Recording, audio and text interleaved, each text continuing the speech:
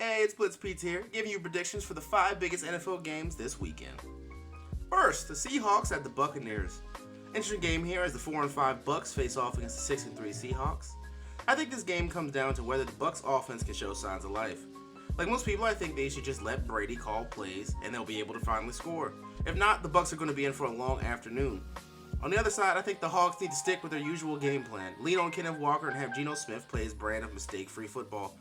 I am worried about that younger but talented secondary going up against a wily veteran like Tom Brady, who's seen it all and knows how to cut you up. But still, I just think that Bucks team isn't as talented as we think they are. They're banged up. They're not as good. I think the Seahawks take this one, but I still think it's kind of a close game. I'm going Seahawks 28, Bucks 21. Next game, Vikings at the Bills.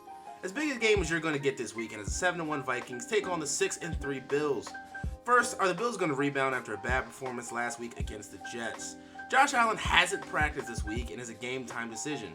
Listen, I'm not an expert, but if you haven't practiced all week and you've been seen with a wrap on your throwing elbow, I'm going to go on a limb and say that he's not playing.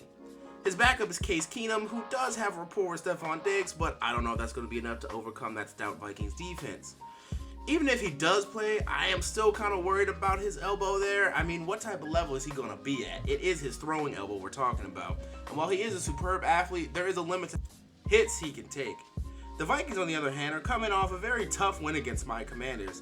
To be honest, they didn't look too impressive in that game as the Commanders honestly dominated 2 quarters of it. I am a little bit down on the Vikings compared to where their ranking is, but still 7-1 is 7-1. Case Keenum is Josh Allen's backup, as I said before, and yes, he does have history with Steph Diggs. However, I think this game is going to be where the Bills' defense steps up, and Case Keenum shows why a solid backup is important. I'm going with an upset here, and another close one. The Bills bounce back, 21 to the Vikings 17. Our third game on the slate here, the Cowboys at the reeling Packers. Another big one here as the Cowboys are trying to keep pace with the Eagles. And on the other side, the Packers are in the midst of an absolutely terrible season. I think what's going on in Green Bay is just too much right now to fix. Aaron Rodgers looks bad. The scheme isn't working. He's consistently talking about his receivers. They're banged up a bit on defense. That isn't going to get fixed this week. I just don't have much faith in the Packers offense to turn it around against the boys. The boys are the better team. They're healthier. Their offense is better. I think Dak is going to have a really good game this weekend.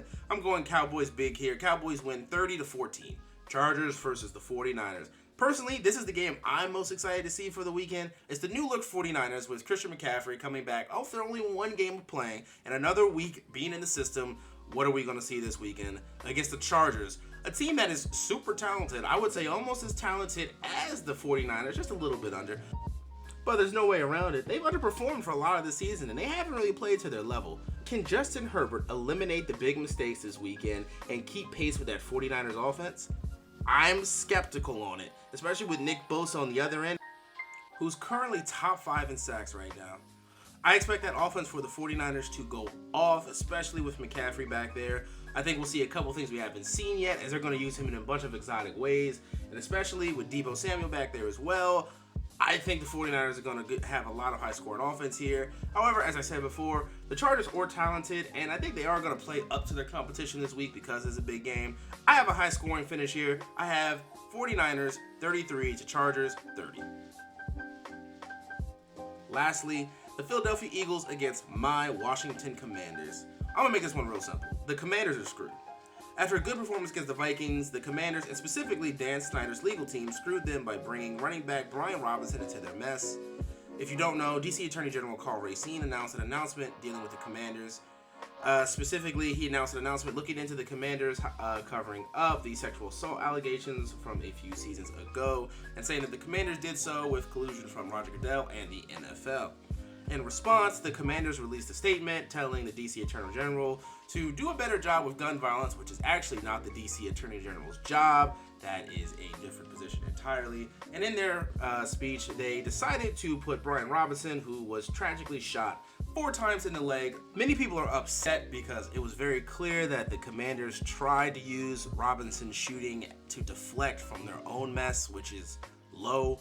I mean, extremely low. Brian Robinson is a victim and did not deserve to be brought into the mess of Dan Snyder, a man that should not be the owner, a man that I can say as a Commanders fan, the day that he is gone will be the happiest day of that franchise since the last time they won a Super Bowl. I think he's caused a massive distraction. Players like Benjamin St-Juste have spoken out. The first time in this Snyder era that players have actually spoken out. I think this is going to be a massacre. I don't know how they're going to focus on football. Granted, Ron Rivera is always able to round the team together to get them to come back and to play hard. But in this situation, they're going up against the Eagles, one of the most complete teams in the league, no matter what anyone says. I know their schedule hasn't been too impressive, but the talent is there. And it's not like my Commanders are world beaters. Yes, our defense is phenomenal. However, our offense is severely lacking. In a previous video, I said they've scored 17 points 3 times this year. They've been shut out in the first half twice this year. I think maybe 3 times. I don't have the exact number on that. I think that's going to happen here again. Actually, one of those times getting shut out in the first half was against these Philadelphia Eagles.